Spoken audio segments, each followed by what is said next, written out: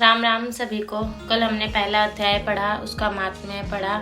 आज हम दूसरा अध्याय पढ़ेंगे, जिसमें संजय ने कहा धृतराष्ट्र को कि हे धृतराष्ट्र, जब अर्जुन ने ये पूछा कि मैं किस तरह से अपनों के विरुद्ध ये युद्ध लड़ूंगा, तो अब श्री कृष्ण जी का हम उत्तर सुनेंगे। श्री कृष्ण ने कहा, हे अर्जुन, ये तुम्हारे मन में कहाँ से आया युद्ध भूमि में कि मैं इनके खिलाफ नहीं लड़ सकता? तुम दिमाग से सोचो, दिल से मत सोचो, सिर्फ युद्ध के बारे में चित्त करो, युद्ध के बारे में ध्यान लगाओ। ये मत देखो क्योंकि ये धर्म युद्ध है, तो इसमें ये मत देखो कोई तुम्हारा अपना सामने खड़ा है। तुम बस अपने युद्ध पे फोकस करो। तब उसके बाद अर्जुन बोलते हैं कि नहीं मधुसूदन, नहीं कान्हा, मैं कैसे अपनों के ही विरुद्ध युद्ध लड़ सकता हूँ? मैं कैसे भीष्म पितामह पर बाण चला सकता हूँ? कैसे द्रोणाचार्य के ऊपर प्रहार कर सकता हूँ? अर्जुन कहते हैं, मैं अपनों के ही रक्त को भोग के तो पाप का भोगी बन जाऊंगा। अपनों के रक्त से अपने हाथों को सान के मैं कहाँ जाऊंगा? मुझे तो शायद नर्क में भी जगह नहीं मिलेगी। अर्जुन बोलते हैं कि हे श्री कृष्ण, मैं अपनों को मारकर कैसे जीवित रह सकता हूँ? कैसे सुख समृद्धि की कामना कर सकता हूँ? अगर अपनों को मार के मुझे समस्त जीवन का सुख मिल जाए तब भी मैं सुखी नहीं रहूंगा, मैं खुश नहीं रहूंगा। मैं आपका शिष्य हूँ, आप ही मुझे शिक्षा दीजिए, आप ही मुझे बताइए कि मैं अपनों के विरुद्ध कैसे लड़ूं, कैसे इस धर्म युद्ध में जीत भी जाऊं तो खुश रह पाऊंगा। अर्जुन और कृष्ण जी के संवाद को संजय जी धृतराष्ट्र को बताते हैं। उसके बाद श्री कृष्ण जी अर्जुन को समझाते हैं कि हे अर्जुन, जिसके लिए शोक नहीं करना चाहिए तो उसके लिए शोक कर रहा है। खुद को तो पंडित का वचन बोलता है, एंड उसके बाद भी तुम इतना परेशान हो रहे हो। पंडित तो ना मरे का शोक करते हैं, ना जीवित का शोक करते हैं। श्री कृष्ण अर्जुन को कहते हैं, सुख दुख को समान मानने वाले इंसान को ही मोक्ष प्राप्त होता है।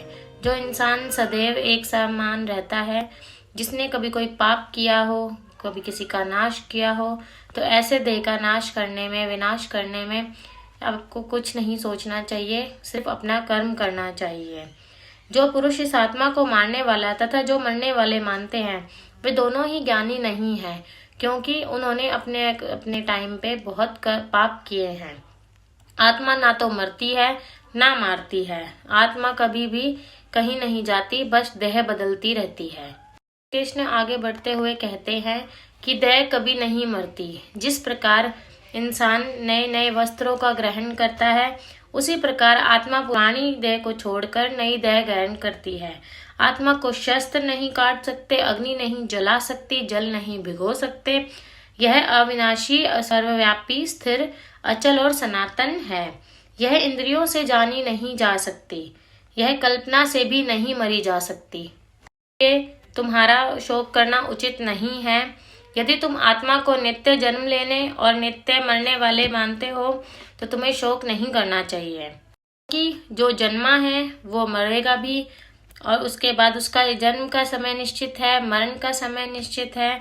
जन्म लेने से पहले वो क्या था, जन्म छोड़ने के बाद वो क्या होगा, इसके पीछे क्या है, किस तरह से है, किसी को नहीं पता।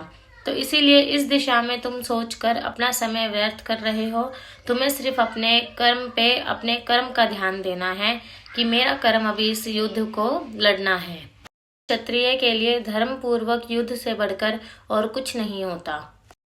फिर श्री कृष्ण कहते हैं, ये युद्ध तुम्हें स्वयं प्राप्त हुआ है। अगर इस युद्ध को तुम नहीं लड़ोगे, जो भी तुम्हारा मान सम्मान करते हैं, बड़ाई करते हैं, और तुम अपने कर्म से पीछे हटोगे, और जो योद्धा अपने कर्म से पीछे हटता है, उसका ना कोई मान करता है ना कोई सम्मान करता है। और जब तुम्हारा कोई मान सम्मान ही नहीं करेगा तो तुम अंदर ही अंदर घुट जाओगे कि मैंने ये क्या किया। तो इसीलिए तुम अपने कर्म को करो, तुम अपने कर्म की तरफ बढ़ो, इस युद्ध को आगे बढ़ाओ। यदि तुम इस युद्ध में मारे गए तो तुम स्वर्ग को भोगोगे, और यदि तुम इस युद्ध को जीत गए तो तुम अपना धरती पर स्वर्ग का ही आनंद लोगे। सुख दुख, लाभ हानि सबको एक समान समझकर बस अपने युद्ध पर ध्यान दो, अपने युद्ध पर फोकस करो। बाय दोस्तों, आगे का अध्याय हम कल पढ़ेंगे। Please like, subscribe and comment on my channel. Spread the channel.